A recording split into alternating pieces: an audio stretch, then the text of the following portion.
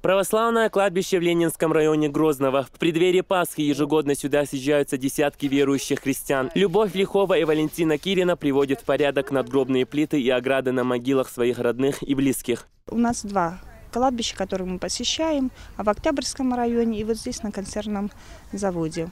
Мы приезжаем уже 4-й год.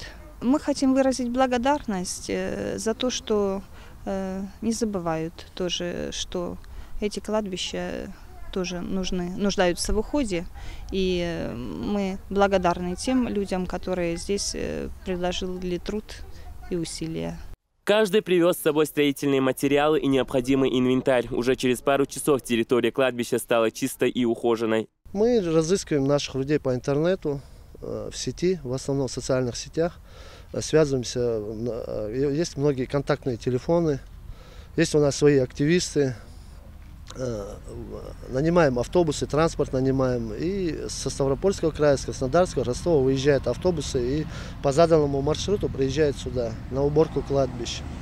Многие приехали вместе с семьей. Давид Углонс родился в Грозном, но в Чечне только 2-й раз. Вместе с родными он почтил память похороненной здесь бабушки. Поправив надгробную плиту, они очистили могилу от сухостоя и возложили цветы.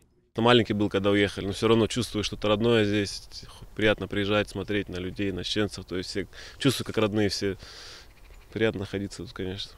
Православное кладбище в Ленинском районе чеченской столицы появилось более 200 лет назад. После известных событий в 90-х по инициативе местных властей здесь провели разминирование, очистили территорию и восстановили памятник советским воинам. Теперь ежегодно здесь собираются ветераны Великой Отечественной войны, чтобы отдать дань памяти солдатам, павшим в битве за Кавказ. Рамзан Хагуев, Ахмед Джабраилов, Джамалан Хаджилиев.